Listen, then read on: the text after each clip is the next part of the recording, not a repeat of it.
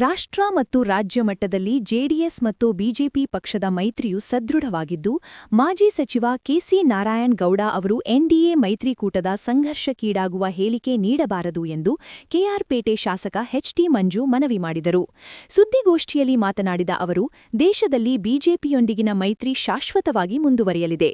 ಇದಕ್ಕೆ ಧಕ್ಕೆಯಾಗುವಂತೆ ಯಾರಾದರೂ ಪ್ರಚೋದಿಸಿದರೆ ಪ್ರತಿಕ್ರಿಯೆ ನೀಡದಂತೆ ಪಕ್ಷದ ವರಿಷ್ಠರು ಸೂಚನೆ ನೀಡಿದ್ದಾರೆ. ಆದರೆ ಇತ್ತೀಚೆಗೆ ಪಕ್ಷದ ನಾಯಕ ನಿಖಿಲ್ ಕುಮಾರಸ್ವಾಮಿ ಅವರ ವಿರುದ್ಧ ಕೆಸಿ ನಾರಾಯಣ್ ಗೌಡ ಅವರ ಹೇಳಿಕೆ ಸರಿಯಾದುದಲ್ಲ ಎಂದು ಹೇಳಿದರು. ಅವರು ಮೈತ್ರಿ ಪಕ್ಷದ ಮುಖಂಡರು. 2013ರಲ್ಲಿ ಜೆಡಿಎಸ್ನಿಂದ ಮೊದಲ ಬಾರಿಗೆ ಸ್ಪರ್ಧಿಸಿ ಶಾಸಕರಾದರು. 2018ರಲ್ಲಿ ನಿಖಿಲ್ ಅವರು ರಾಜಕೀಯ ಪ್ರವೇಶ ಮಾಡದಿದ್ದರೂ ಕೆಸಿ ನಾರಾಯಣ್ ಗೌಡ ಅವರನ್ನು ಪಕ್ಷದ ಅಭ್ಯರ್ಥಿ ಎಂದು ಘೋಷಿಸಿದ್ದರು ಎಂಬುದನ್ನು ಮರೆಯಬಾರದು. ಎಚ್ಡಿ ದೇವೇಗೌಡರ ಕುಟುಂಬದ ನೆರವಿಲ್ಲದೆ ರಾಜಕೀಯವಾಗಿ ಬೆಳೆಯಲು ಸಾಧ್ಯವಿರಲಿಲ್ಲ. ಅವರು ನಡೆದು ಬಂದ ಹಾದಿಯನ್ನು ಮರೆಯಬಾರದು. ಅವರು ಅನುಭವಿ ಹಿರಿಯ ರಾಜಕಾರಣಿಗಳು. ಪದೇ ಪದೇ ಈ ರೀತಿಯ ಹೇಳಿಕೆ ನೀಡಬಾರದು ಎಂದರು. ಒಬ್ಬರು ಅವ್ರ ಪಕ್ಷದ ಮಾಜಿ ಪುರಸಭಾ ಸದಸ್ಯರು ಬಂದರು ನಮ್ಮ ಮನೆಗೆ ಯಾವುದೊಂದು ಕೆಲಸದ ವಿಚಾರಕ್ಕೆ. ಅವ್ರದ್ದು ಹುಟ್ಟದಬ್ಬ ಇತ್ತು ಅವತ್ತು. ಅವರ ಬೇರೆ ಪುರಸಭಾ ಸದಸ್ಯರು ಅವ್ರ ಕೊಲೀಗ್ಸ್ ಎಲ್ಲ ಬಂದಿದ್ದರು.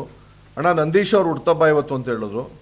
ನಂದೀಶ್ಗೆ ನನ್ನ ಪಕ್ಷ ಶಾಲ ಹಾಕಿಲ್ಲ, ಮಾಮೂಲಿ ಗೌರವಯುತವಾಗಿ ಒಬ್ಬ ಹುಟ್ಟದಬ್ಬ ಸಂದರ್ಭದಲ್ಲಿ ಒಂದು ಹಾರ ಹಾಕಿ ಶಾಲ ಹಾಕಿ ಅವ್ರಿಗೆ ವಿಶ್ ಮಾಡಿದ್ವಿ ಅಷ್ಟೇ. ಹುಟ್ಟುಹಬ್ಬಕ್ಕೆ ವಿಶ್ ಮಾಡಿದ್ವಿ ಬಿಟ್ಟರೆ ಇನ್ಯಾರೂ ಸಹ ನಾವು ಮನೆಗೆ ಬಂದವರಿಗೆ ಶಾಲಾ ಕಾರ ಹಾಕಿಲ್ಲ. ಇದು ಅವ್ರಿಗೆ ಮನವರಿಕೆ ಇರಲಿ. ಅವ್ರಿಗೆ ಯಾರು ತಪ್ಪು ಮಾಹಿತಿ ಕೊಟ್ಟಿದ್ದಾರೋ ಗೊತ್ತಿಲ್ಲ, ಅದನ್ನು ರೀಕಾಲ್ ಮಾಡ್ಕೊಂಡು ಮಾತಾಡಲಿ. ಎರಡನೇದು, ಪಕ್ಷ ಸೇರ್ಪಡೆ ಕಾರ್ಯಕ್ರಮ ಮಾಡ್ಕೊಂಡಿತ್ತು. ಮನು ಅವರು ಮೂಲ ಕಾಂಗ್ರೆಸ್ನ ಸ್ವಲ್ಪ ವಿಶ್ವಾಸ ಇದ್ದಂಥವ್ರು, ಸಂಪರ್ಕ ಇದ್ದಂಥವ್ರು. ಮನು ಅವ್ರ ನೇತೃತ್ವದಲ್ಲಿ ಮನುನ ಸೇರ್ಪಡೆ ಮಾಡಿಕೊಂಡು ಆ ಸಂದರ್ಭದಲ್ಲಿ ಸ್ವಾಭಾವಿಕವಾಗಿ ಕೆಲವು BJP ಕಾರ್ಯಕರ್ತರು ಬೇಡ, ನೀವು ಆತ್ಮೀಯವಾಗಿದ್ದೀರಿ, ವಿಶ್ವಾಸ ನಡ್ಕೊಂಡು ಹೋಗ್ತಾ ಇದ್ದೀರಿ, ನಿಮ್ಮ ವಿಶ್ವಾಸ, ನಿಮ್ಮ ನಡವಳಿಕೆ, ನಿಮ್ಮ ಒಂದು ಇದಕ್ಕೆ ನಿಮ್ಮ ಜೊತೆ ಕೆಲಸ ಮಾಡಬೇಕು ಅಂತ ಸ್ವಾಭಾವಿಕವಾಗಿ ವಾಲಂಟ್ರಿ ಬರ್ತೀವಿ ಅನ್ನೋ ಮಾತನ್ನು ವ್ಯಕ್ತಪಡಿಸಿ ಒಂದು 15-20-30 ಜನ ಬಂದು ನಮ್ಮ ಜೊತೆ ಸೇರ್ಪಡೆ ಆದರು. ಅವರು ಸೇರ್ಪಡೆ ಕಾರ್ಯಕ್ರಮಕ್ಕೆ ಸ್ಟೇಜ್ ಹತ್ರಕ್ಕೆ ಬಂದು ಸೇರ್ಪಡೆ ಆಗಿರೋದು, ಮನೆ ಬಂದರೆ ಸೇರ್ಪಡೆ ಮಾಡ್ಕೊಂಡಿಲ್ಲ. ಅದನ್ನು ಸಹ ಸ್ಪಷ್ಟಪಡಿಸ್ತೀವಿ.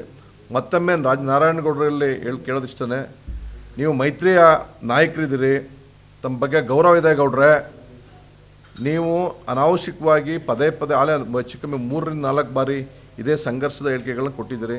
ಸಂಘರ್ಷಕ್ಕೆ ಅವಕಾಶ ಮಾಡಿಕೊಡೋದು ಬೇಡ. ನಮಗೂ ಸಹ ನಮ್ಮ ವರಿಷ್ಠರುಗಳು ಸೂಕ್ಷ್ಮವಾಗಿ ಎಲ್ಲ ವಿಚಾರವನ್ನು ಹೇಳಿದ್ದಾರೆ. ನೀವು ಯಾವುದೇ ಕಾರಣಕ್ಕೂ ಸಂಘರ್ಷಕ್ಕೆ ಸ್ಟೇಟ್ಮೆಂಟ್ ಕೊಡಬೇಡಿ ಅಂತ ಅಂದ್ಬಿಟ್ಟು, ಒಂದು ವೇಳೆ ಅವರೇ ಮಾತಾಡೋರು ನೀವೆಲ್ಲೂ ಸಹ ದುಡುಕು ಮಾತಾಡಬೇಡಿ ಅನ್ನೋ ಮಾತನ್ನು ಹೇಳಿದ್ದಾರೆ. ಬೇಡ, ಇನ್ನೂ ಚುನಾವಣೆ 2.25 ವರ್ಷ ಇದೆ.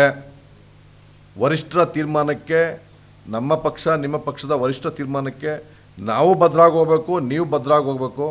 ಬದ್ಧತೆಯನ್ನು ಕೆಲಸ ಮಾಡೋಣ. ಇವತ್ತು ಮಂಡ್ಯ ಜಿಲ್ಲೆಯಲ್ಲಿ ನಮ್ಮ ರಾಜ್ಯ ಪ್ರಧಾನ ಕಾರ್ಯದರ್ಶಿ ಮಾತಾಡಿದ್ದಾರೆ. 4 ಸೀಟ್ ಕೊಡ್ತಾರೋ, 5 ಸೀಟ್ ಕೊಡ್ತಾರೋ, 2 ಸೀಟ್ 3 ಸೀಟು ನಮಗೆ, 4 ಸೀಟ್ ನಿಮಗೆ ಅನ್ನೋ ಒಂದು ಮಾತನ್ನ ನೀವು ಆಲ್ರೆಡಿ ಹಂಚಿಕೆ ಆಗೋ ರೀತಿಲಿ ಮಾತಾಡಿದ್ದೀರಿ. ಅದನ್ನು ನೀವು ಹಂಚಿಕೆ ಮಾಡೋದಲ್ಲ, ತಾವೇ ಹೇಳ್ದಂಗೆ ರಾಷ್ಟ್ರೀಯ ಮಟ್ಟದಲ್ಲಿ ಹಂಚಿಕೆ ಮಾಡ್ತಾರೆ, ಎಷ್ಟು ಸೀಟ್ ಕೊಡ್ತಾರೆ ಅಂತ. 3 ಕೊಡ್ತಾರೋ, 4 ಕೊಡ್ತಾರೋ, 5 ಕೊಡ್ತಾರೋ ನಿಮಗೆ ನೋಡೋಣ. ಈಗ ವರಿಷ್ಠರೇನು ತೀರ್ಮಾನ ಕೊಡ್ತಾರೋ ಅದಕ್ಕೆ ಬದ್ಧವಾಗಿ ಸರ್ವೆ ಎಲ್ಲ ಮಾಡಿಸೋದು ತಾವೇ ಹೇಳಿದಿರಿ. ಅದಾದ ನಂತರ ನಮ್ಮ ವರಿಷ್ಠ ತೀರ್ಮಾನಕ್ಕೆ ನಮ್ಮ ಪಕ್ಷದವರು ನಿಮ್ಮ ಪಕ್ಷದವರು ಇಬ್ಬರೂ ಸಹ ಒಟ್ಟಿಗೆ ಕೆಲಸ ಮಾಡ್ಕೊಂಡು ಹೋಗೋಣ.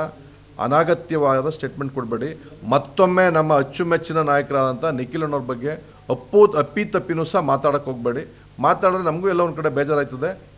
ಮಾಧ್ಯಮದ ಕಡೆ ಬಗ್ಗೆ ಅವಕಾಶ ಮಾಡಿಕೊಡ್ಬೇಡಿ ಅನ್ನೋ ಮಾತನ್ನು ತಮ್ಮ ಮಾಧ್ಯಮದ ಮುಖಾಂತರ ನಾರಾಯಣಗೌಡರಿಗೆ ಮನವರಿಕೆ ಮಾಡಲಿಕ್ಕೆ ಬಯಸ್ತೀನಿ. ಧನ್ಯವಾದಗಳು. ಈಗ ಅಣ್ಣ, ವಿಚಾರ ನಿಮಗೆ ಗೊತ್ತಿದೆ. ಇವತ್ತು ಚಾಮರಾಜನಗರದಿಂದ ಹಿಡಿದು ಚಿತ್ರದುರ್ಗವರೆಗೂ ಕಳೆದ ಪಾರ್ಲಿಮೆಂಟ್ ಎಲೆಕ್ಷನಲ್ಲಿ JDSಸು ಯಾವ ಮಟ್ಟದ ಶಕ್ತಿ ಇದೆ, ಅದು ಸಾಮರ್ಥ್ಯ ಇದೆ, ಅದರ ಸಹಕಾರ JDS ಕಾರ್ಯಕರ್ತರು JDS ಮತದಾರರಿಗೂ ಯಾವ ರೀತಿ ಸಹಕಾರ ಕೊಟ್ಟರು ಅನ್ನೋದು ಸಂಪೂರ್ಣ ಅರಿವು ರಾಷ್ಟ್ರೀಯ ಮಟ್ಟದ BJP ನಾಯಕರುಗಳಿಗಿದೆ. ಅವ್ರು ಹೇಳ್ತಾರೆ ಅಂತ ಅಂದ್ಬಿಟ್ಟು ನಾನು ಅದಕ್ಕೆ ಪ್ರತಿಕ್ರಿಯೆಯಾಗಿ ಹೇಳಲ್ಲ. ಅದು ಅವ್ರ ಮಾಹಿತಿ ಇದೆ.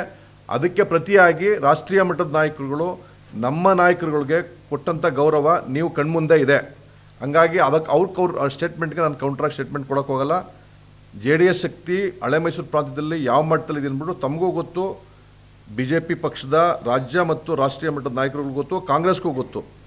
ಯಾರೋ ಒಬ್ಬರು ಸ್ಟೇಟ್ಮೆಂಟ್ಗೆ ನಾನು ಪ್ರತ್ಯೇಕ ಸ್ಟೇಟ್ಮೆಂಟ್ ಕೊಡೋದು ಬೇಡ. ಸಂಪೂರ್ಣವಾಗಿ ಹಳೆ ಮೈಸೂರು ಪ್ರಾಂತ್ಯದಲ್ಲಿ JDS ಪ್ರಬಲವಾಗಿದ್ದೀವಿ. ಅದರಲ್ಲಿ ಯಾವುದೇ ರೀತಿಯ ಅನುಮಾನ ಬೇಡ.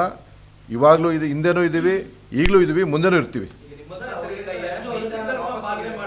ಗೋಷ್ಠಿಯಲ್ಲಿ ಕೆಆರ್ಪೇಟೆ ಟಿಎಪಿಸಿಎಂಎಸ್ ಅಧ್ಯಕ್ಷ ಬಲದೇವ್, ಜಿ ಪಂಚಾಯತ್ ಮಾಜಿ ಸದಸ್ಯ ಮೋಹನ್, ಜೆಡಿಎಸ್ ತಾಲೂಕು ಯುವ ಘಟಕದ ಅಧ್ಯಕ್ಷ ರವಿ, ಮಾದೇವು ಇದ್ದರು.